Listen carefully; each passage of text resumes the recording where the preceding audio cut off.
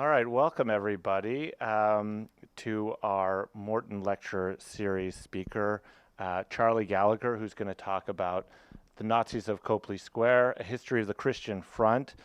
We are delighted to have Professor Gallagher come join us from Boston College to talk about this really important new book. I'm actually going to have my colleague Laura Leff introduce Professor Gallagher. So first, I just want to, introduce myself, which I have a habit of sometimes forgetting. My name is Simon Rabinovich. I teach history and Jewish studies at Northeastern. I am the Stotsky Associate Professor of Jewish Historical and Cultural Studies, newly named. And I just want to, before we get started, express a few thank yous. First of all, to the continued support of the Geeson and Morton families, as well as everybody who supports our Jewish Studies program and the Holocaust and Genocide Awareness Committee. I also want to thank the History Department, who is co-sponsoring this event, as well as the College of Social Sciences and Humanities, and as always, Dean Ute Poiger. The members of the Holocaust and Genocide Awareness Committee, both students and faculty who put a lot of work into our programming, as well as my partner Lori Lefkowitz and our administrator Deborah Levison, who does a lot of the legwork. So just briefly, I want to introduce my colleague Laura Leff, who's going to be introducing Professor Gallagher. Laura Leff is professor of journalism here at Northeastern. She teaches a very popular class on America and the Holocaust and has written several important books on that topic, including Buried by the Times, which is about the New York Times coverage of the Holocaust, as well as Well Worth Saving, her most recent book, which was about how American universities had a role in saving refugees from Nazi Europe. Professor Leff? Thank you, and I'm glad I don't have to do all those introductions. I only get to introduce Professor Gallagher. So I'm delighted to welcome to Northeastern Professor Charles Gallagher, who is coming all the way from Newton. I didn't meet Professor Gallagher, who is an associate professor in Boston College's history department in Newton, where I also live, or even in Boston. I met him, where else? In New York City. I was moderating a panel on the Holocaust archives, and he was on the panel to talk about what was going on with the release of documents from the Vatican archives. We are still wondering what is going on with the release of documents from the Vatican archives, so you might want to ask him about that in the questions and answers. Professor Gallagher is one of the foremost scholars on Catholics before, during, and immediately after World War II. As just one example, his 2008 book, Vatican Secret Diplomacy, Joseph B. Hurley and Pope Pius XII, won the John Gilmary Shea Prize from the American Catholic Historical Association. Fortunately, for those of us obsessed with how Americans responded to the Holocaust, like me, Professor Gallagher has focused on the response of American Catholics during those awful years. His latest book, The Nazis of Copley Square, The Forgotten History of the Christian Front, 1939 to 1945, which I guess has changed his title a little bit from when that was marked up, is one answer to the question of how American Catholics responded. It is, of course, just one answer, but what Professor Gallagher demonstrates in his compelling book is that the alignment with Nazism, and even real-life Nazis, was deeper, scarier, and more rooted in theology than we had previously thought. The Christian Front plotted sedition, engaged in espionage, provoked attacks on Jews, and counted on the Boston police to look the other way and the FBI to fumble the investigations. The Nazis of Copley Square has a lot to say about 1940s America. It also has a lot to say about 2020 America. It reveals how people who might seem as if they are in the mainstream, respected Catholic lay leaders, influential priests, can become radicalized, and particularly become radicalized to anti-Semitism through grievance, competition, and unholy religious ideas. Understanding that time, sadly, can help us to understand our own. Professor Gallagher? And do you need this, or you have your own? He has I Okay. have 2 mics. Perfect. I'll use that for Okay, great. Thank you. So let me begin by thanking Laurel for that a wonderful, amazing introduction that I did not deserve, and to Professor Rabinovich for his kindness and generosity in hosting me tonight. I must say that my experience with Northeastern from the beginning has been one of welcome, one of hospitality, one of generosity, and one of open communication, and one of deep admiration for your professors who teach here. And I am very grateful and honored to have been asked to speak here tonight. Again, thank you very much. To kind of give everyone a gift, I'm going to try to be brief. I want to try to work within about a 30, 35, maybe 40-minute time frame to get us through some slides, which I'll move through quickly to give the groundwork for the story, which lays the foundation for the book written late last September. I think when we heard the introduction by Professor Leff, all of what she mentioned, the espionage, the terrorism, the complicity and all that, much of it was never known. About 90% of it wasn't even known until the book was published. So I was able to do a lot of digging and rummaging through archives, some of them at the Vatican even, to put this story together. And it was a blast. It was a lot of fun. So this is a slide explaining the title. This is the title of the book. This guy here is a member of the Christian Front named Joe McWilliams. His nickname was Joe McNazi. This is a street group meeting in New York City where the Christian Front originated. This is the Nazi. His name is Herbert Scholz. He came to Boston in November of 1938 to be the consul. The consulate then was located in Post Office Square, the German consulate. It was moved subsequently to Chestnut Street and Beacon Hill. And that's where Herbert Scholz resided. More on him later. But he's our Nazi. This is his target, the man who will become his agent, Francis P. Moran, again smiling. He's from Dorchester. He's a devout Catholic. You might call him a Catholic activist. And this is the Copley Square Hotel, where Herr Scholz, who was also a member of the Schutzstaffel, the SS, the Black Guard of the Hitler protective unit, the bodyguard unit for Hitler. He was a member of the SS. He paid for Moran to have a suite of offices in the second floor of the Copley Square Hotel, which is located right across from the Heinz Convention Center. It's not the Fairmont Copley Hotel, and it's not the Marriott Copley. In fact, the hotel now is derelict because it's in the throes of some sort of business deal with some California developers. But in its day, it was built around 1880, 1890. In its day, it was one of the main hotels in Boston.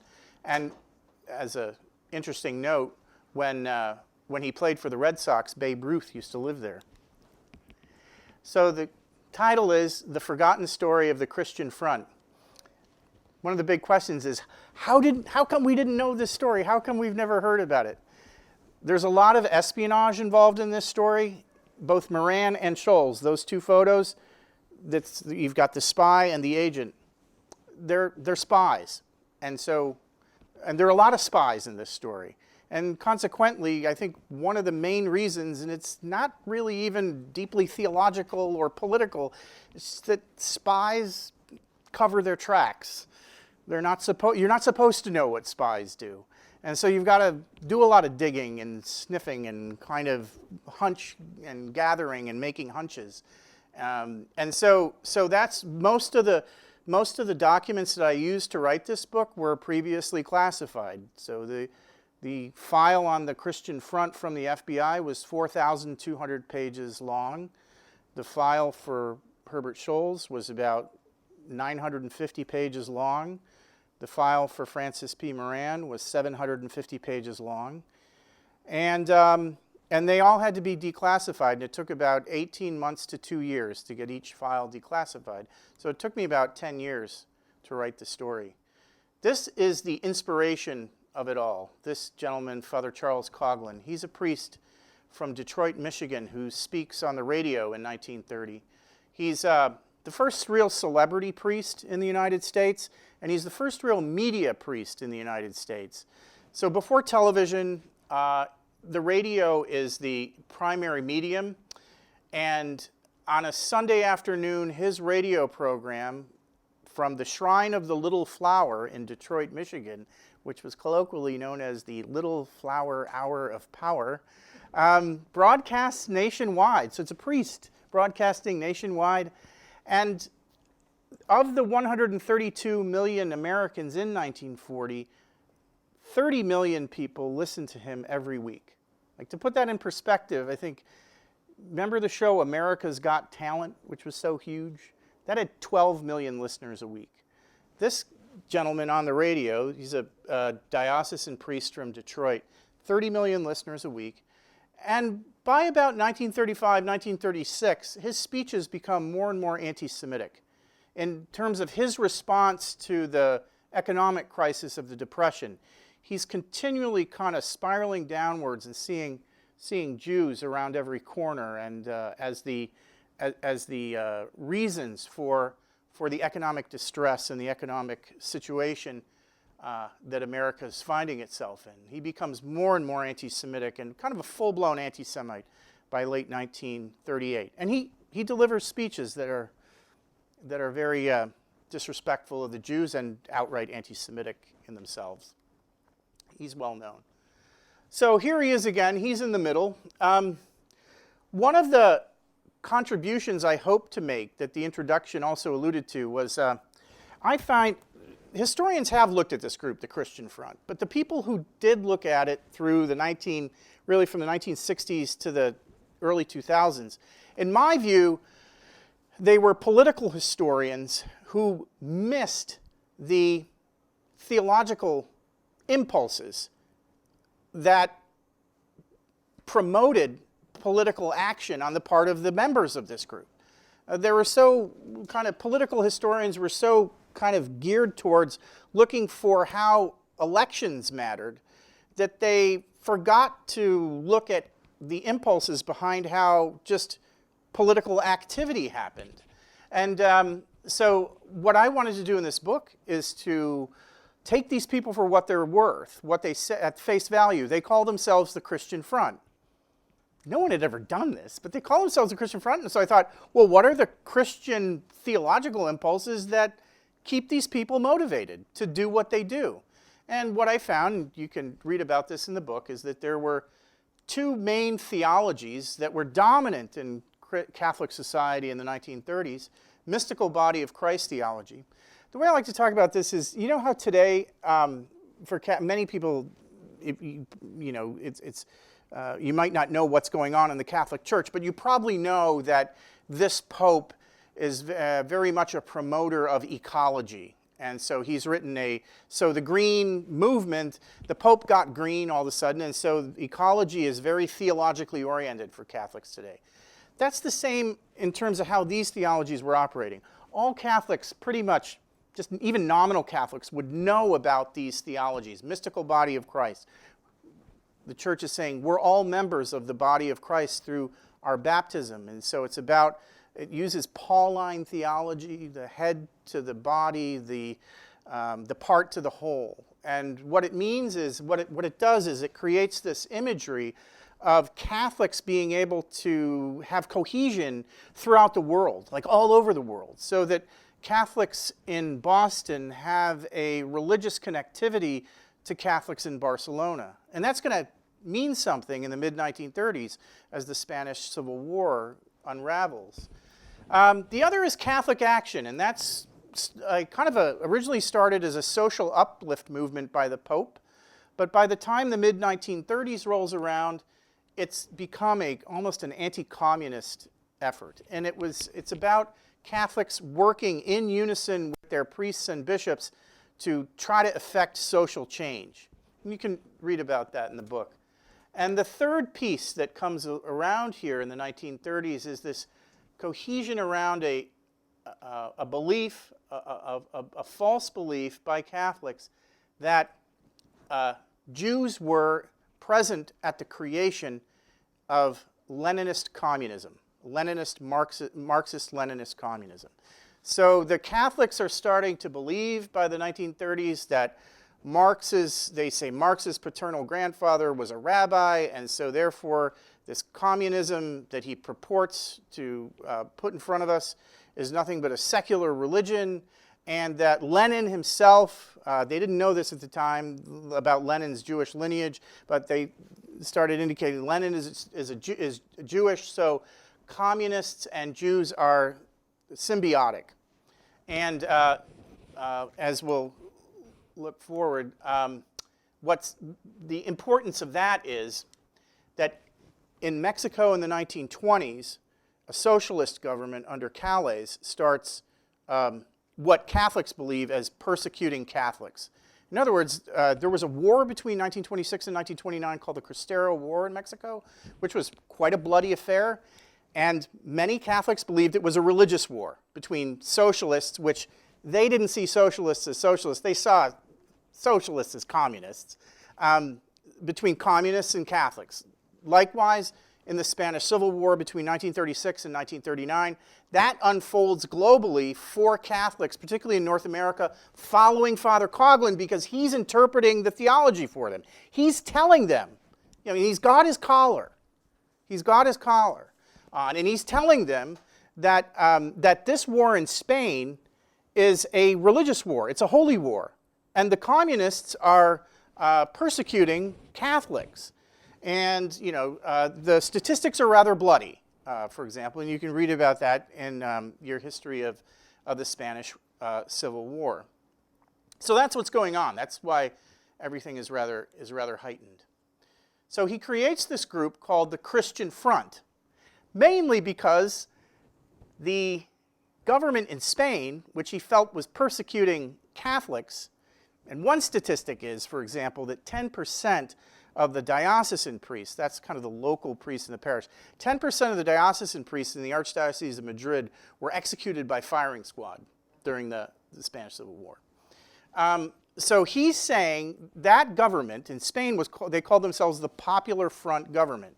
So Father Coughlin says, if those communists are going to take up arms and persecute Catholics, then that's what leads to this picture, which got me interested in the entire organization in the first place. When I tried to do a 10-page paper for one of my classes back when I was, I think, a sophomore or junior in college, and I was flipping through the research, and I came across this photo, and I couldn't understand what was going on. And then to see that they were charged with, so these are all kind of Catholic guys. I also, during my undergraduate years, I was a summer police officer. So I was being trained in semi-automatic weaponry and on single pump shotgun. It's rather odd. I haven't kept up my my classifications on those. But I knew, for example, that these are kind of Springfield 1903 M1903 rifles. It's a weapon of war. It's a really dangerous rifle. It looks like an old clunker of a rifle, but it shoots a 30-06 round. See, I kind of knew this stuff because I was being trained. I was carrying a Smith & Wesson, but I kind of knew a 9mm, but I knew like what a 30-06 bullet could do. And that carries it's a breech loading, but it carries a 5-round clip of about a 3-inch bullet, each bullet of which will go through a brick wall, right? So I kind of knew these cats are kind of loaded for war. And it intrigued me because they were Catholics and they were charged with sedition. Actually, they were charged with seditious conspiracy, which is the same charge which about 3 weeks ago was leveled against the Proud Boys. Right? So it's the same charge. And this is in 1940. And so I thought that they would be a cool group to kind of figure, like, what makes Catholics take up, Springfield rifles and try to overthrow the government. That to me was a pretty interesting research problem. But then when I went to my professors, they said, no, it didn't happen. First of all, they didn't do anything. It didn't matter. And this would carry throughout the course of my research. Everybody kept pushing me away from this project, saying, you don't need to bother to look at this group because nothing happened, they said,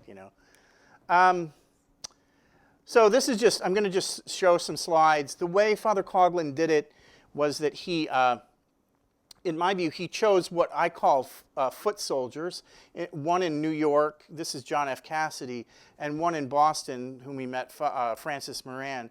And these men who no one's ever written about, like nobody knows anything about them, but they were filled in the press. They were front page and some of the middle pages of the press all through this period. He would use these devout Catholic men who were wildly anti-communistic to become part of what he called the action committees of the larger group known as the Christian Front. The Christian Front was a public-facing kind of they pawned it off as almost like a civic organization. So they would hold meetings here in Boston. They held them in Hibernian Hall, rooms 4 times larger than this room. They'd get hundreds of people packed in, and either Cassidy in New York or Moran in Boston, they'd basically go and they'd read the newspaper headlines of the day and sprinkle it with theology. So they'd take their holy water and they'd bless the newspapers in a way, and they'd talk about what the global politics meant locally for Catholics in Boston and in New York and in these specific places. And all of these lay, in other words, non-ordained foot soldiers were extremely well-versed in Catholicism and the theology of Catholicism, and they kind of kept the interest up of the participants in the larger public-facing group.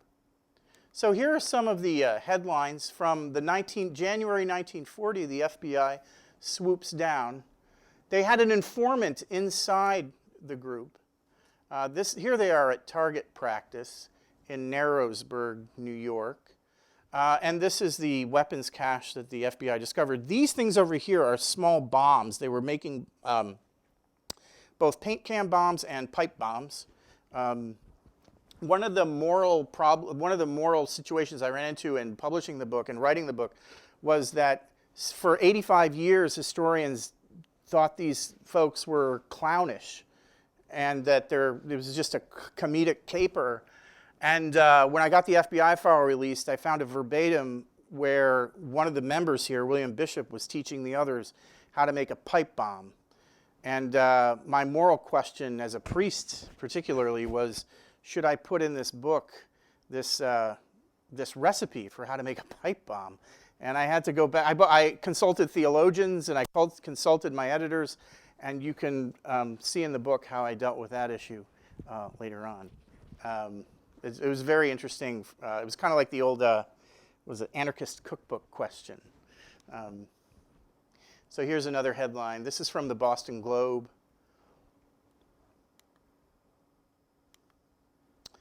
They would go to target practice. They'd get up at 6 a.m., shoot until 9 a.m. on a Sunday morning, break and go to church, and then come back at 10 a.m. and continue their military rushes. At the end of the day, at the end of their target practices, they would read the Talmud. They'd have the Talmud explained to them because their idea was they needed to know the enemy. Now again, keep in mind, Jews and communists are symbiotic now because of the issue of Judeo-Bolshevism. They thought that they were blameless. They thought that religiously they were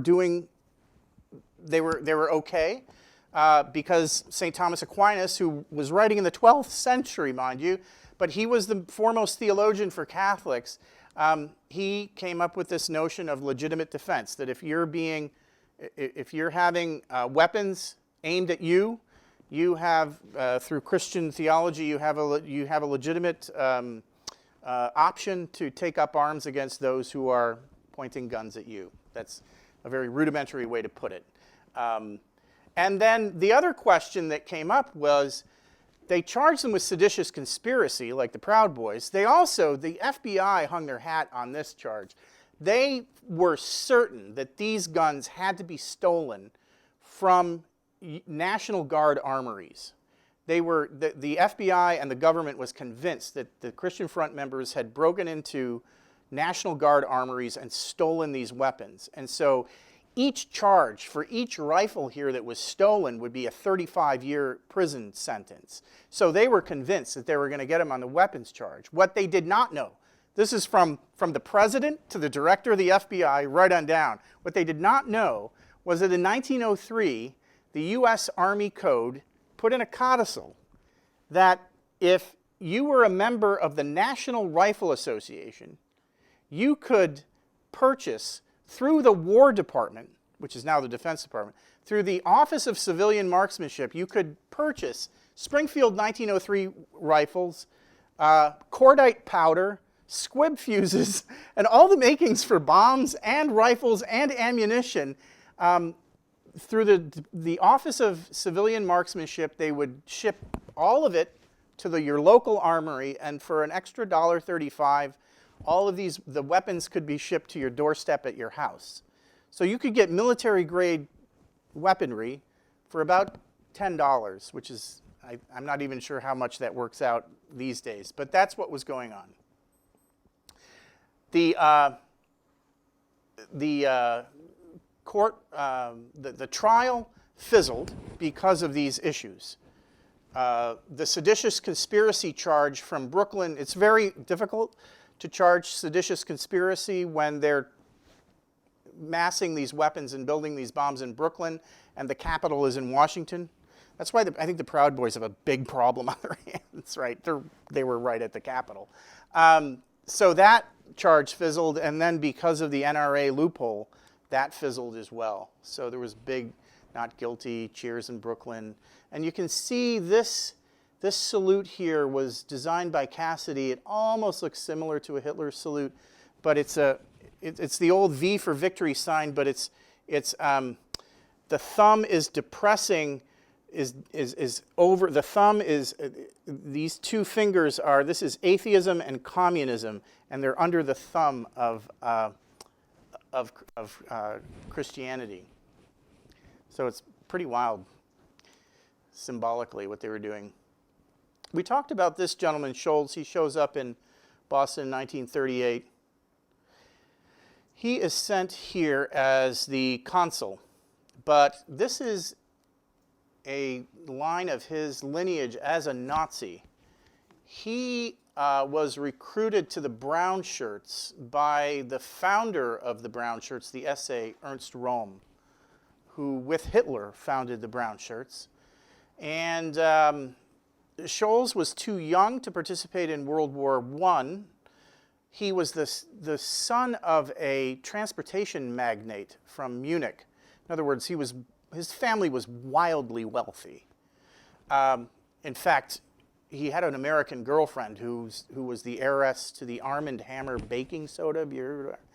He dated the daughter of the founder of Arm & Hammer baking soda at one point, who was over in Germany at the time. But he has a falling out with his father, and to kind of go against the grain and be in his rebellious streak, he joins the Brown Shirts. So as a kind of an 18, 19-year-old, he goes around beating up communists in Munich with cudgels and his own fists. His parents had paid for him to go to a very exclusive high school, which was language-based.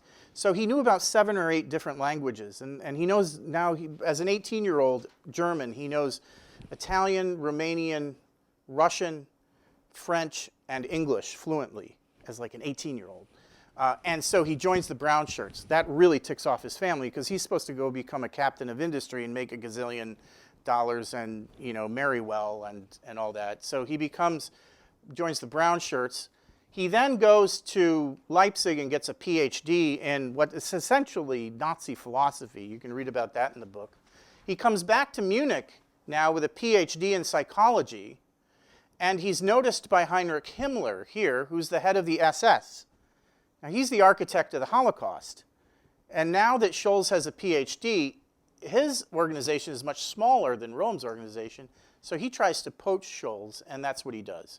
And Scholz becomes, by 1933, 1934, he becomes a member of the Black Shirt SS, and his first job is to work as a secretary to Rudolf Hess, who's the deputy Führer. So that'd be kind of like getting your first job as the kind of the gopher for the chief of staff of the president of the United States. So he's as a kind of a recent college grad, he's one step away from Hitler. And Hess is also he's an intelligence chief. Most people don't know that about Hess. He's kind of the main spy wonk, main intelligence wonk for the Nazi party. He was pretty good at it, actually. His interest was in Japan and in Asia, so he kind of was the architect of that alliance between Germany and Japan, and a lot of it was based on espionage. Scholz is sent to Boston because most people don't know that the former Chancellor of Germany, of Weimar Germany, was living in Boston at the time. He was teaching at Harvard, a guy named Heinrich Brüning. So this guy Brüning is teaching in the political science department at Harvard. He'd been run out of Germany by the Gestapo. And he'd also had some negotiations with Hitler. He was the longest serving Chancellor of Germany during Weimar. And after Kristallnacht in 1938, he began making public speeches against Hitler, and decided that he was. But I think what happened was Hess and Himmler decided that Brüning was getting too vocal, and so they needed to send a heavyweight over to Boston. When Scholz arrived in Boston, the press said that he'd been demoted because he had been previously attached to the German embassy in Washington. And to move from an embassy to a consulate is kind of like a demotion, but what they didn't see is he came to Boston and immediately ran an intimidation campaign against Brüning, which is chilling and fascinating, and you can read about it in the book. It'll kind of make your hair stand on end. And anyway, he really turned the screws on Brüning and shut him up and put down a whole other different set of plots. That there was a plot being run out of the State Department to try to oust Hitler, and that got stopped by Scholz too. So here we are now. Because the FBI raids and the trial shuts down the group in New York, we're left with this organizer, Francis P. Moran, in Boston. And he's living in Dorchester, and his main organizational thrust is in Dorchester, Mattapan, South Boston. And he's getting, after the trial and the acquittal, the numbers in Boston spike. And they get about now, so this is about 94, they get about 30,000 members in New England. And he starts opening various chapters all throughout New England, from north and south, from up to New Hampshire, down to Rhode Island.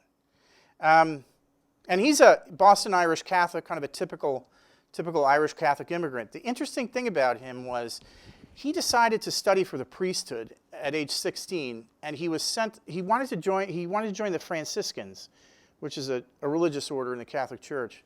The Franciscans had their seminary in a place called Callicoon, New York, near the Poconos.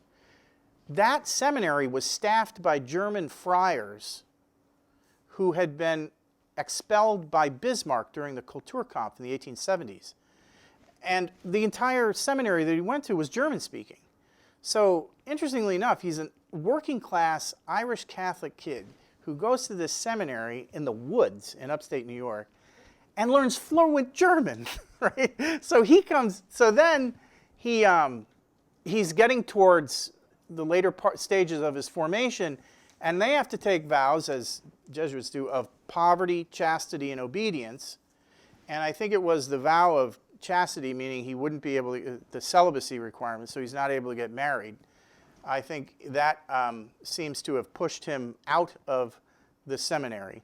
I would say, fair enough. I have to live that vow, so I'm not going to fault him for it. So that pushed him out of the seminary, and he comes back to Boston, and is looking for work, and he gets a job as an insurance salesman. He's really bright. See, this is the other thing. The right-wingers, the kind of proto-fascists, all the historians write about them like they're complete nincompoops and nabobs and kind of have absolutely no intellectual capacity whatsoever. This guy's studied in theology, and he's fluent in German. And I think I just did, oh, is this what they call a mic drop? I did a mic drop. I think that's a thing these days. Hold on just a moment. I've done a mic drop. Yeah. So then he tries to get the Christian Front to be accepted by the Archdiocese of Boston as an official group of the church. You know, like you'd have a parish organization or CYO sport group, something sponsored by the church officially. And the Cardinal O'Connell, the Cardinal Archbishop of Boston, to his credit, gets the advice, this is a no-go zone. And so he actually doesn't even respond to Moran's overtures. So Moran gets dumped by his own church, kind of institutionally, and he needs help, otherwise his organization is going to dry up. And who does he turn to? But none other than Herbie Sholes, or Handsome Herbert, as he's known in the diplomatic corps. And this is his wife, Lilo von Schnitzler. You can't make these names up. They're right from Central Casting. And she is the daughter of the commercial chair of a company called IG Farben, which will go on to make the gases, the chemical gases, Zyklon B, that were used in the gas chambers, and is probably the most important chemical company of the 20th, at that time, the 20th century, and the wealthiest. In the book, I talk about some of Scholz's other spy ring activities. Again, nobody's written anything about Scholz and his spying. I was able to uncover a number of different things, number of different spy rings that he started and influences that he made. But you can see there, he's very charming, very handsome, very debonair, and you can see how like a working class Irish kid from South Boston all of a sudden starts working, comes under the aegis of somebody like this, and he becomes his agent, and he does his bidding, because they have a trifecta. Scholz hates Jews. He hates the British, because they're at war now with the British. The Germans are at war with the British. He hates Jews, he hates the British, and eventually he'll hate communists after June of 1941. But Moran definitely hates communists. Here's a picture of Scholz at the consulate on Chestnut Street in Beacon Hill. This is a picture of the consulate in May of 1940. That's a rather chilling photo. I'll just let you sit with that for a moment. That's 2 blocks from the State House. I don't want to go too much into this, but all of a sudden, Scholz has one of the first projects they work on is to try to get the U.S. Army to adopt the Johnson semi-automatic rifle. That's another thing, like, because I'm not saying, look, on the police force I was known as officer friendly, so I'm not like saying I was like super cop. But what I noticed was that Scholz is asking Moran to have his group petition Congress to adopt this rifle, which is designed by a New England engineer and was new, a semi-automatic air-cooled rifle, over the M1 Garand, which was going to be adopted as the battlefield weapon of the U.S. Army. Now, this doesn't make sense unless the Senate Armed Services Committee is debating at this very time what rifle to adopt for the main battle weapon of the U.S. Army. Now, you will never see this on the Senate floor again. This is the Senate Armed Services Committee trying to, you probably won't see any rifles in the Senate chamber in the near future, ever. They're trying to figure out what rifle to adopt. And Scholz and the Nazis, the one customer that the Johnson rifle was sold to were the Dutch. And the Nazis had rolled through the Low Countries in May of 1940 and captured 30,000 Johnson rifles.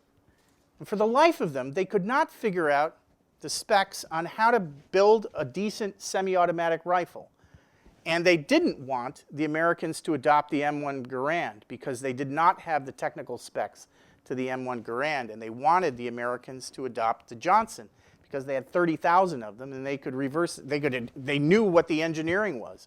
And this sounds strange to our eyes, but the German engineers could not develop a good semi-automatic rifle on the eve of World War II. In fact, into World War II, they had 2 different versions by 1942. So this is all, you can read about it in the book, and the idea is that the main point is that Scholz and Moran are working to get their people to write letters, to protest, to bring up with their congressmen rifles to adopt on the battlefield. And it's a religious group.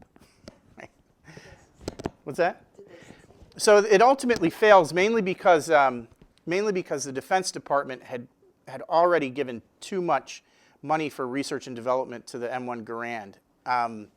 But I just think it's important that that was an operation that they were doing together. These are just some kind of stats. You can read that. And then I like to point out that there were 4 U.S. intelligence agencies putting surveillance on the Christian front. Now, it's helpful for me as a historian because they wrote great reports and I was able to get verbatims of conversations I never would get before. It's rather chilling because, again, none of these intelligence agencies know that Scholz and Moran are working together. So, ostensibly, the Christian Front is an American neighborhood religious group. And so, you got to see both sides of the coin here. You've got FBI counterintelligence, U.S. naval intelligence, Army counterintelligence, and this is the precursor to the CIA, all putting surveillance on this neighborhood religious group. For some reason, they could never figure out. I mean, you can see it from a distance that, of course, Moran is Scholz's agent. Of course, they're kind of spy and agent.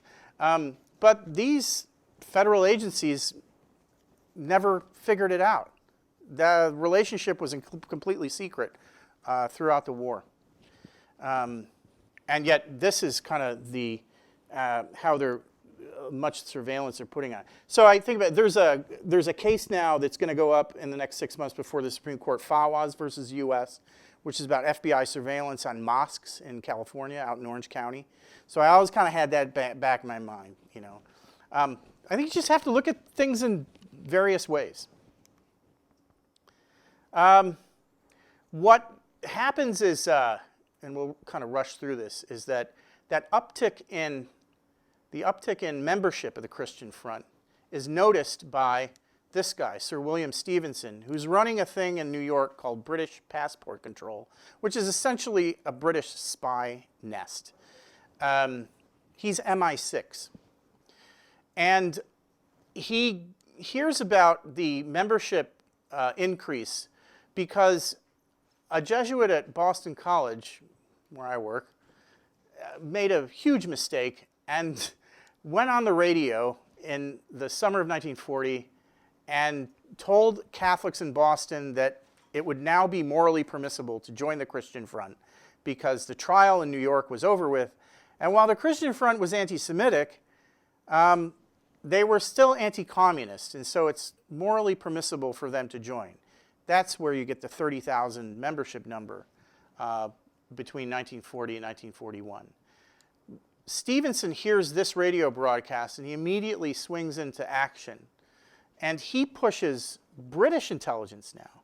So previously we had the Nazi intelligence working in Boston. Stevenson, who some say was Ian Fleming's model for James Bond, that's debatable. But he swings into action, and again, no one knows this. The Americans don't know it, the FBI doesn't know it, President Roosevelt doesn't know it, and nobody else knew it until September. He decides to have the British run an operation on American soil to create another neighborhood organization to counter the Christian Front, which he's calling the Irish American Defense Association. So you've got the Christian Front as a neighborhood organization. British intelligence, they're not going to draft Americans to do this. They're going to create their own neighborhood organization. And this is how they do it. These are some of the documents that I found in the secret archives in Britain that I thought were really clear or cool.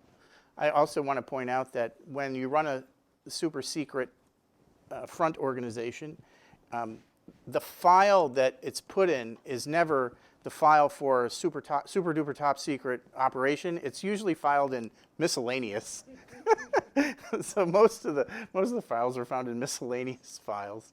But these are kind of the and these are copies, mainly because the originals have been destroyed. Because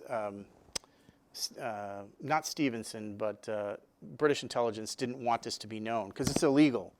They didn't want it to be known up until, gosh, 2017, 2018, when these files were released. So what they're trying to do is they're going to create an Irish organization in America, and this is U. The code name U is Under Secretary of State Alexander Cadogan, and he's giving permission to 48,000, which is Stevenson. That's his code name, because there are 48 states in the U.S. And 3 is for completeness. So Stevenson has control over all the continental U.S. So that's what they do. They create this organization. This is the go-ahead telegram. And then they recruit this woman who's a Bostonian, from South Boston, actually from Brookline, named Frances Sweeney. She runs a small, very tiny newspaper called the Boston City Reporter. But she's a devout Catholic. She's very progressive. She's sympathetic with communists, actually. She worked for Granville Hicks, who was at Harvard, who was the first communist to teach at Harvard, and was his secretary for a long time. But she believed, her Catholic impulse was that anti-Semitism on the part of Catholics was a sin. This is something that won't become official, by the way, in the church until 1965, right? Because the anti-Semitism was baked into Catholicism in the 1920s and 30s, because the Jews killed Christ. So this was the thinking. The British recruited Sweeney through what's known as a cutout, who's an American who's working for British intelligence, but presenting himself, and I have two hunches about who it is, presenting himself to Sweeney as a patriotic American, but he's actually working for the British as a spy. I have a hunch about two people who that could be, but I didn't put it in the book because it's only kind of a little bit of conjecture. I didn't want to go that far. So they recruit Sweeney, and when I was over in London, this is the other thing. This is SOE. These are the copies, and that's Winston Churchill's personal subversive warfare unit. And when you see, Boston chapter, American Irish Defense Association, Boylston Street. Where's 80 Boylston? I think that's like 10 minutes walk from here. I found this secret document in London in the archives for the Special Operations Executive, the subversive warfare unit for. I think this is when I knew I had a book. This is really cool. And this is signed by Frances Sweeney, and it's to her handlers. It's a letter that makes it into her file in London, connected to the espionage operation. Well, I thought that was pretty wild. In fact, I might, yeah. So that's the Little Building, actually. The Little Building, which is adjacent to, it's where Emerson College is. It's right around Emerson College and the Public Gardens. And this is what they wanted to do. They wanted Sweeney and her group, which was by then becoming ramped up as a neighborhood organization, to pressure the police commissioner. Again, leave the state out of it, leave the FBI out of it, leave the feds out of it. We're going to go right to ground. We're going to go to neighborhood level. I mean, the British are really good. I think British intelligence, I think they run a beautiful operation, which has disastrous and horrendous results. But from an intelligence perspective, they were really, really good. Like, nobody knew this for 85 years. So they pressured the local police commissioner, a guy named Joe Timilty. That's a big political name in Boston. I'm not going to make any comments about the Timiltys, but it's a big political name in Boston. He was a police commissioner. I'll only say that he was a close friend of Joseph P. Kennedy, who was the father of John F. Kennedy. And Sweeney and her group pressured him through letter writing campaigns, protests, picketing, things like that nature, to clamp down on the Christian Front. And that's what they do. At a Christian Front meeting, Timilty and the Boston police moved in, the radical squad moved into the Christian Front meeting in Roxbury and took what they alleged to be literature published by a Nazi publishing organization, which was true. It was a Nazi publishing organization, but that publishing house had only been indicted under the Espionage Act, not convicted. And so the BPD couldn't arrest Moran for violating any law, but they detained him for an hour and a half, had him go down, let's go down to the station, and then they took a statement from him, which was about 10 pages long, typewritten, and he signed it. That threw the FBI into a tizzy because the FBI couldn't arrest him for violation of any law, and then it pushed Moran underground and the Christian Front underground. This was the name of the publishing company. Again, he's smiling again. That's right. All of our fascists are smiling fascists here. So then, this is another Boston connection. This is John W. McCormick. He is from South Boston, and he's from that's the congressional district that Moran is from. All of a sudden, in January 1942, after Moran had been detained but not arrested, and the Christian Front moved underground, all of a sudden this guy shows up, someone who no one else has heard of, J. Franklin Carter. He was the personal intelligence chief for the president. Like, we don't have that anymore. Like, kind of the head spy guy for the president. We don't have that. He wrote reports for the president on a weekly basis. For a 10-page report, he got about $10,000 for each report. I would love that. And that's in 1940 money. He was getting paid by the secret fund. And he comes to Boston and he sits down or he's in Washington. He goes over and he talks to the Boston congressman there, John W. McCormick. And he tries, you can read about it in the book, he tries to pressure McCormick to get President Roosevelt to get Francis P. Moran thrown in jail for inspiring the assassination of the president. It's wild correspondence. So I'm thinking, why is this heat coming on? Where is this coming from? Well, I happen to subscribe to this journal since I was about 15 years old. I grew up in Binghamton. It was very boring there. And I found out about this journal, and I subscribe to it every year. It's a great journal. It's called the International Journal of Intelligence and Counterintelligence. And about 10 years ago, a professor from the University of Indiana wrote a pretty convincing article indicating that Carter was actually a controlled agent of Soviet military intelligence. So the Russians were in South Boston. They wanted Moran thrown in jail because if you think about the timing on this, it's January of 1942. The Russians are losing. This is before Stalingrad. The Russians on the Eastern Front are having a bad go of it, and the German army is rolling over them. So anything pro-fascist or pro-Nazi in any of the Allied countries is going to, the Russians are going to want to take it out. And it's pretty clear. I've actually done a lot more research into him, and I've got some more primary source documents. He was a really good Soviet spy. He forced the hand of the president on a couple of different issues I'm thinking about writing about. He's really good. So the British are really good spies here in this story, and the Russians are really good spies here. Yeah, I mean, talk about Russian collusion. Jeez. He was right up there in the Oval Office. So this is what happens now. When Moran goes underground, you've got a lot of these cases of Catholic on Jewish gang warfare, is what I'm finding. And it's not just me. I've got documents from U.S. Army Counterintelligence that no one had looked at, documenting the gang warfare that was going on in Boston in the fall of 1943. And my hunch is that in his talk with Commissioner Timilty, the police commissioner, Moran said that he had a shortwave radio in his home. But he said, oh, it was only a receiver. It wasn't, he didn't have a broadcast receiver. He just had a reception receiver. And I think he was in touch with, my hunch is he was in touch with Scholz. Scholz had gone back to Europe. Scholz was first in Budapest, turning the screws on the leader of Hungary, who was soft on sending the Jews to concentration camps. And then he went to Italy to work with Karl Wolff, who's the highest ranking German SS officer, than the Waffen-SS. And so what you have is what's being described as anti-Semitic rioting in Boston. You can read about that in the book. It's a real thing. Through the spring, summer, and fall of 1943, there was really bad rioting in Boston. This is one of the headlines from a magazine in New York. When this magazine comes out, then the story goes coast to coast. So this is happening in Mattapan, up on Blue Hill Avenue, Dorchester, really bad violence against Jews.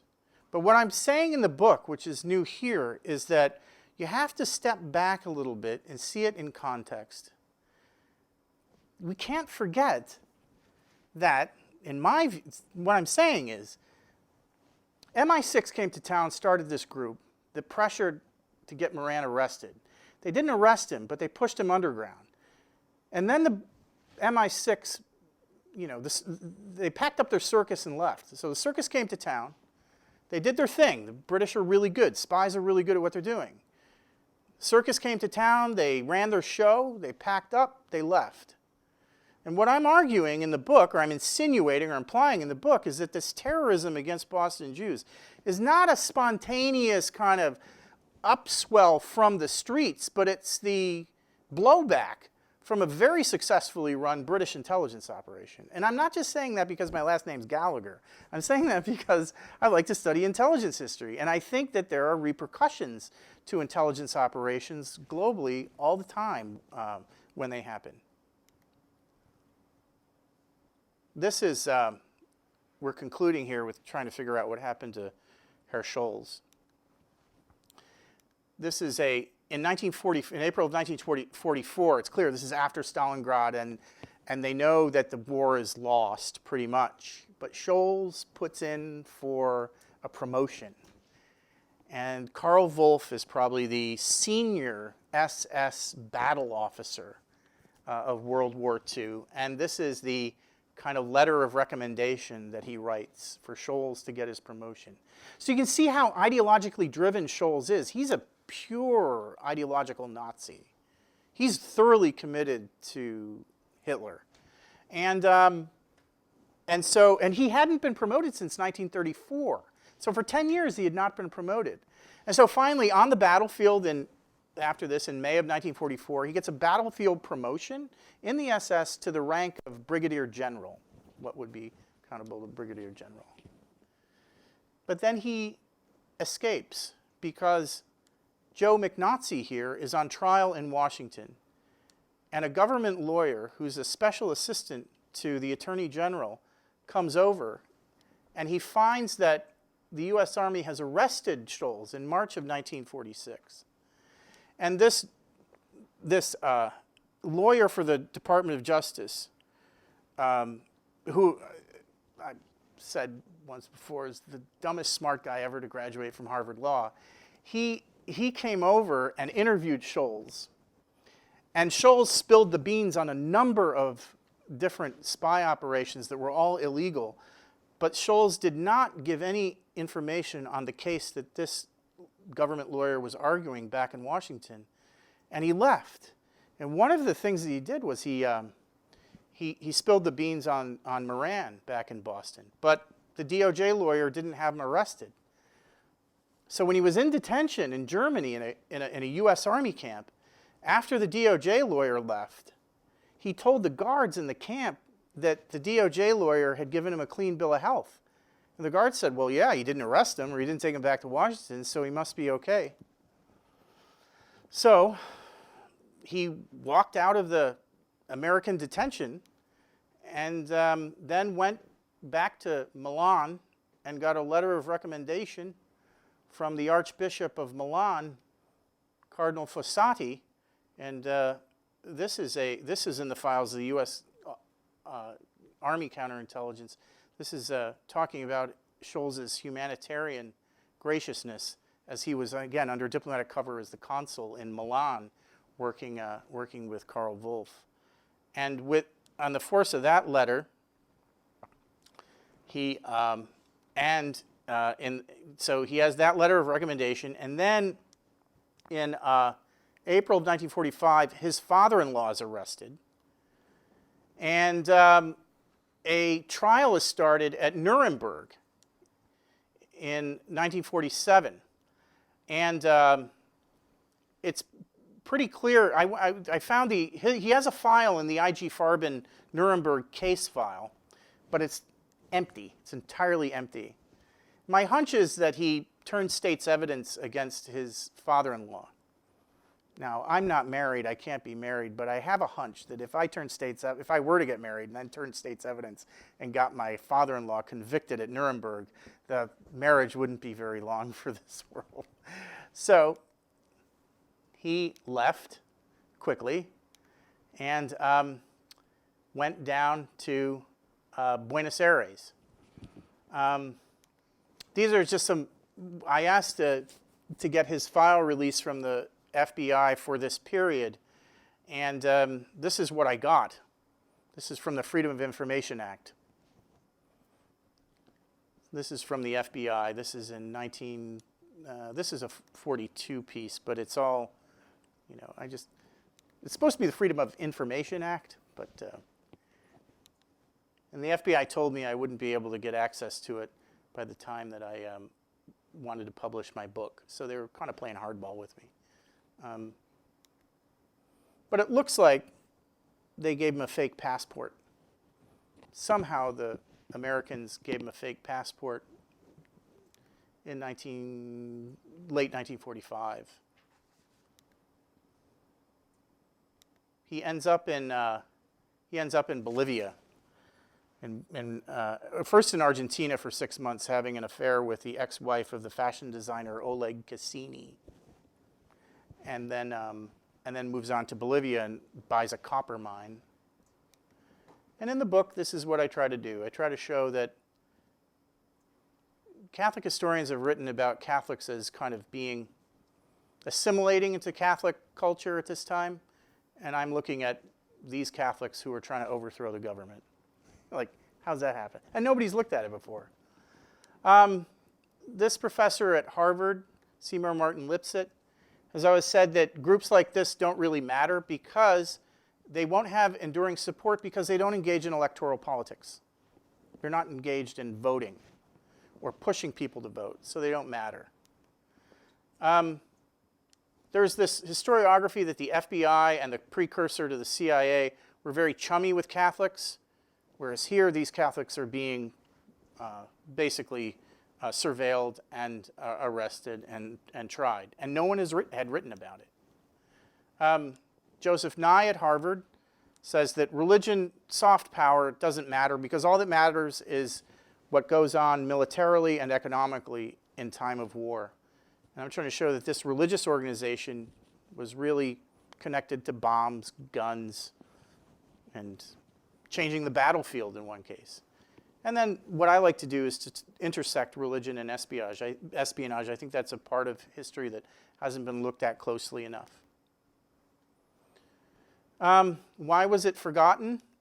Also, you have a number of people, this is informant T1, who are too scared to testify because they feel that Scholz will have them killed. This comes up on a number of occasions. The FBI gets plants into the Christian Front, but then they can't get the plants to agree to testify in a court of law because they don't want to get killed. It's wild. Then these are some other historiographical hindrances that basically liberal historians after the war basically downplayed the academic study of the right. So I divide this into the time, BT and AT. So before Trump, if you tried to do a serious academic study of right-wingers, people were suspicious of you because they were saying, are you trying to glorify the right? And then secondly, do we really want to give academic credibility to the right? I just found him fascinating from a religious perspective, but I wasn't going to write my dissertation on this because I'd never get a job. Right? So then the other thing is that most historians during this period were trained in the Marxist critique. And one of the gaps I saw was that Marxists had a blind spot for religion. Religion was the opiate of the people, so if you're trained as a Marxist historian, you're not going to really focus on religion as a potential motivator for political action. The government did not have an interest in publicizing the case after 1945, and neither did the Catholic Church. And then finally, there's the old thing I kept being told by professor after professor that they didn't do anything. They never detonated a bomb. They never fired a shot, and so there was nothing to see here. And I used to say that as a cop, and I knew exactly what it meant. There was exactly something to see. This is some closing on a rather grim note, but this is from this is informant T1, who again would not testify because she felt she would be harmed. And she's reporting on what Moran said to her as late as April of 1943, that he wants to exterminate the Jews, basically. And now he's gone kind of full Nazi on them. On a more positive note, but couched or framed in a tragic circumstance, Frances Sweeney died suddenly at age 37 in 1944, just walking down the street. She had a heart attack. Nothing nefarious about it. But this is a line I found from her, written by her fiance, about reflecting on the work that she was doing. And he says, "It just doesn't seem right that one who could see so much evil around her and spared neither time nor courage to fight it should suddenly be taken away. To us who are left behind, her deeds should be a challenge to carry on the good work that she started." Thank you. Thanks. A little bit too long. I have many questions and many thoughts on my own, but I'm going to hold them for a moment and ask you all if you have any questions for Professor Gallagher. And maybe you can introduce yourself too at the same time. So I'm going to pass the mic. The mic is actually just hooked up to the live stream, so it won't amplify your voice. You have to amplify yourself, but it is doing something. Jonathan, you want to introduce? I'm Jonathan Kaufman. I'm the head of the journalism school here at Northeastern. And I have to say, one of the things I really like is that you've kind of made an investigative journalistic story out of this history, which is fascinating. I guess I have sort of a sociological question, which is the soil from which this came up. I mean, in other words, like these days, for example, and over the past decades, we've heard about the Nation of Islam, we've heard about Christian nationalism. We hear about these groups, and I think we still tend to dismiss them. Yes. And I guess the question is, when you look back historically, it's a great yarn, but was there a broader sense in which Catholics were I don't know, more sympathetic towards the Nazis, allowed this kind of group to grow? And then if you could leap to today, are we making the same mistake you say historians were making in looking at this group? Will history come back and say, you should have paid more attention to the Proud Boys, you should have paid more attention to these other groups? Yeah, I think that's a great question. I'll answer it by taking us back to my safe space, which is religion. The big problem that Sweeney was dealing with, and she couldn't get any traction on, is that anti-Semitism was baked into Catholicism. That because the Gospel of John, if you read the Gospel of John, it's the mechanism for the death of Jesus Christ is not the Roman army, and it's not the Roman Empire, it's the Jews. And so the priests who are advising the Christian front, and in the book I get into that more, I don't think this book this yarn has any traction unless it has what I call these shadow priests advising the lay people. So advising Cassidy and advising Moran. And it's that religious component that took an ecumenical council in the 1960s to actually change, that gives them credence in a way. It gives their perspective a level of credibility religiously, so that the people in the parishes, so the parishes in the Archdiocese of Boston, the priests are not preaching this from the pulpit. But the priests cannot condemn Moran for preaching it from his pulpit. And I view Moran as a failed priest. He's kind of a Monsignor with a movable parish. It's even more insidious than a geographical parish, because he's kind of the bishop of his own little church. And he's able to branch out all over New England. And he can religiously make disparaging remarks about Jews grounded in real anti-Semitism, and the institutional priests, the priests in the parishes, and the bishop can't really knock him because they haven't come there yet. Now, Pius XI made some statements that were against anti-Semitism in 1939, but they were not reiterated as the war progressed. You know, Pius XII kept making kind of using guarded language. He would never, it's like pulling teeth. But and the other thing too it shouldn't be considered strange, because there was no such concept as interreligious dialogue. And for the Catholics,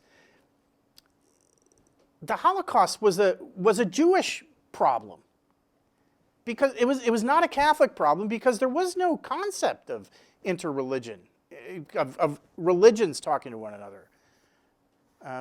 People confuse ecumenism and interreligious dialogue, but Catholics and Jews didn't talk to one another. There was no context for that.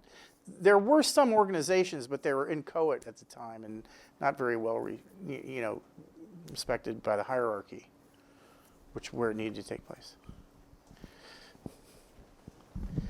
Thanks so much, Adam. For the folks at home. Hi, thank you. Thanks. I'm Adam Tomasi. I'm a history PhD student at Northeastern. Great to meet you. Great to meet you as well. And I was wondering if you could clarify more about maybe the limits of the influence that all of this intelligence and information gathering may have had on the political process. Because I know, there's the common understanding that, the State Department knew so much about the Holocaust and sat on that information, or the FBI had these thousands of pages about, organizations like the Christian Front. I mean, I know that the FBI wasn't a godlike power, but certainly they didn't just immediately go and crush the organization despite getting all this info about it. So what are your thoughts about the extent that we may think, oh, you have all this info, why don't you go act on it tomorrow, versus the political process? So you mentioned the State Department. I didn't mention that here. We have a lot of information on Scholes in the State Department files. His wife gave birth to 2 children while he was the consul, and so she had to go back to Germany to have the babies, because he was an SS officer and his children had to be born on German soil.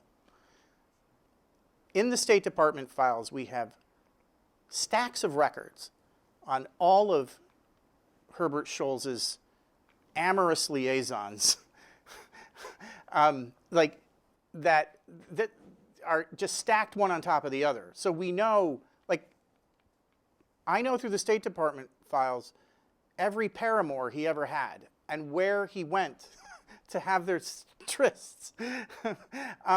But I know nothing about his spying. So that's our tax dollars at work, right? I mean, it's horrible. And the FBI,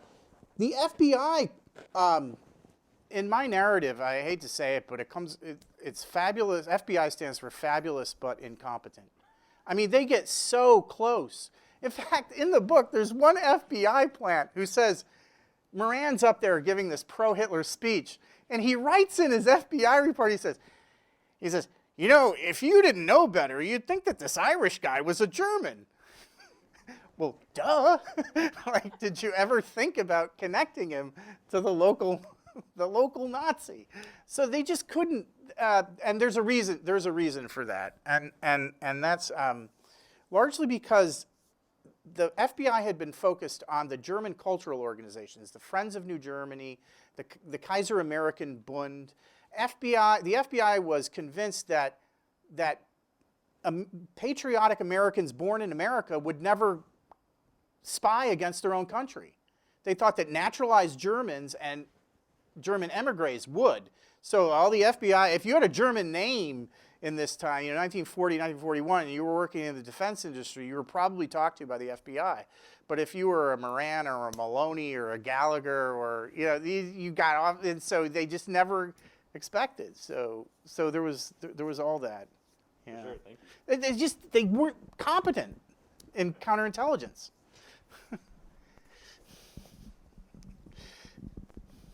Hi, thank you. I don't know if this is. Thank you so much for coming to speak with us. Thanks. My name's Morgan. I'm a senior undergraduate and I study political science and Jewish studies here. And I'm really fascinated with American complacency during the Holocaust. Right. And so I was wondering, as someone who kind of just created a book about something that no one had written about before, Yeah. do you have any advice for kind of combing through all of, I've just found like treasure troves of information and documents, et cetera. So I was wondering if you had any advice on like finding kind of these tidbits of information throughout like 1,000-page documents, et cetera. Yeah, well, my advice would be to keep digging. And those incidents and organizations that others have deemed to be small may turn out to be quite significant. And it's because the vision that was placed on those events and documents needs to be reassessed. It was a false, in my view, it was a false vision. Every professor along the way said not to, in fact, they said there's nothing here. And so there are, I think the period you're studying is rife for further research for big projects. So there's the Anglo-Saxon, these are groups you've never heard about, but I think are important. The Anglo-Saxon Federation, the American Indian Federation. Nazi intelligence had infiltrated Native American reservations in the Dakotas and formed fascist groups there. That nobody's written about that. So the Native American Federation, the Anglo-American Federation, the Organization of 76. They were a group of proto-fascists in New York City, who no one's written about, but I think is rather significant. So there are all these people that I think historians over the years, when they looked at the right and wrote about it, they kind of rehashed all of the usual suspects. And if you weren't in that first wave of people to study, you got left behind as the jetsam of any kind of historical research. And I think, take a walk on the beach and find those areas that interest you. And if you keep digging, I think you'll find really, really interesting stuff. There's a lot out there. And it'll talk to the complacency problem, I think. Thank you. Sure. So Professor Gallagher has given us a great talk and some potential PhD topics. He'll be in the acknowledgement. Thank you. Miles, I teach a course on religion and politics in the political science department here. So I want to ask you, as a member of the clergy, who looks back on his own faith community half a century ago and must have difficulty reconciling what it preached at the time and what you believe as a Catholic clergyman today. Can you, sorry to put you on the spot, but could you speak somewhat now, reflectively, retrospectively, about how you deal with that. Is this being taped or no? So we'll go up on YouTube because there's a personal side to this, but I don't know if my family would want me to air this on YouTube. It won't be on YouTube, but it will be on our program site available as a recording. Yeah. There's a Jewish piece to my family background, and that's where I first experienced love. That for a Catholic priest, the first experience of love as a kid was on the Jewish side. So if Jesus is love, then I think he's kind of pushing me to be courageous about my own faith. Now that sounds corny, but that's kind of a part of it. Then there's the professional side. And on the professional side, I think I was trained as a professional historian before I became a member of a religious order, before I entered the priesthood. Believe me, it's a big decision to decide, to do that Francis Moran celibacy thing, right? That took me 20 years to figure out, because I wanted to do it. I wanted to do it all in. And so I was trained as a historian professionally as a lay Catholic, and I think I got a good secular training in that, in terms of trying to find objectivity, and particularly in these issues of religion. And then thirdly, what's happening in the church today, which is in my favor, which wasn't always that way, because in my previous writings, some Catholics got really defensive against me, really kind of came out against what I was doing. But in March of 2020, Pope Francis, when he opened up the archives for Pope Pius XII, who was the Pope during World War II, he said the Catholic Church should not be afraid of its own history. And I'd always thought that. But now to have a Pope say that was really consoling, especially as this book was going to press. And I got to say, I'll mention this. Last week, I got a very lovely handwritten note in the mail from the Cardinal Archbishop of Boston, Sean O'Malley, thanking me for sending him a copy of the book and saying that perhaps it is best that light be shown on these areas. That's paraphrasing, but that's what he said. And I thought, that's very expansive, and I thought a tremendous response, because I, for one, was hesitant to send him a copy of the book for a long time. Yeah, I think for good reason. That's a wonderful response. Are there any other questions? Well, then I will take the last question. I was actually going to ask something very similar to Professor Miles. I'll phrase this in the form of an observation, which has a question mark at the end, and you can either say yes or offer a comment. But so you are a Catholic priest who asks serious theological questions about the relationship between not only anti-Judaism and anti-Semitism, but religious anti-Judaism and Nazism. You are a former police officer who, at the center of this book, is attacking the complicity of the police in allowing for these activities. You are a Gallagher who takes serious aim at the Irish in Boston and suggests that even when it comes to what we saw as sort of inter-ethnic or inter-religious violence within Boston during the period, that there may have actually been a much more sinister and exterminationist element to it. And you are even a professor at Boston College who takes aim at particular professors at Boston College for their role in this story. So I guess my comment and my question is, are you the only person on earth who could write this book and get away with it? Well, I think the answer is, it sounds like I'm a contrarian. So, yeah, I don't know. I think it's more kind of, it's more about kind of my personality, my history, but also my professors. Like, there are a lot of undergraduates here. I don't get to this spot without taking my course on national security history from Professor Thea Harris at Marquette. I mean, when I was an undergraduate, there was a guy, I was thinking about becoming a monk for a while. Imagine that. So I went up to St. Anselm's in New Hampshire, and there was a professor there, Vinny Kapowski. He taught a course on war and revolution. I kind of like that stuff. I mean, it's about, so I don't get here without my professors from a very early period. And I'm defining, as I look through my trajectory intellectually, it's because of my professors who really kind of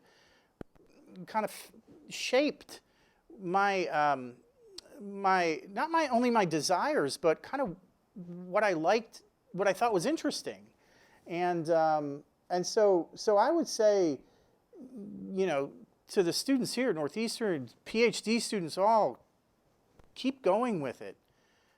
Find the topics you like and really be passionate about them.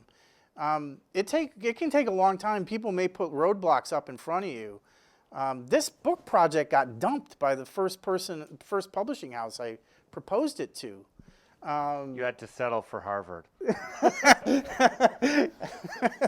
Well, but even the Harvard thing, I had to go have a face-to-face with the editor at Harvard, and he says, what's going on? I said, I have to meet with you face-to-face because you're never going to believe this, about all this spy stuff in Boston and stuff. And he said, okay, go for it. But, so. I can't think of a better way to end an evening than with an ode to our professors. Absolutely, yeah. So on that note, I just want to say thank you to everybody who's here, everybody who is watching from home, to our committee, to our donors, and most of all, to Professor Father Gallagher for this wonderful talk. And I also just want to mention our next event, our next Morton lecture, which will be during Holocaust and Genocide Awareness Week, which is happening April 4th to 8th.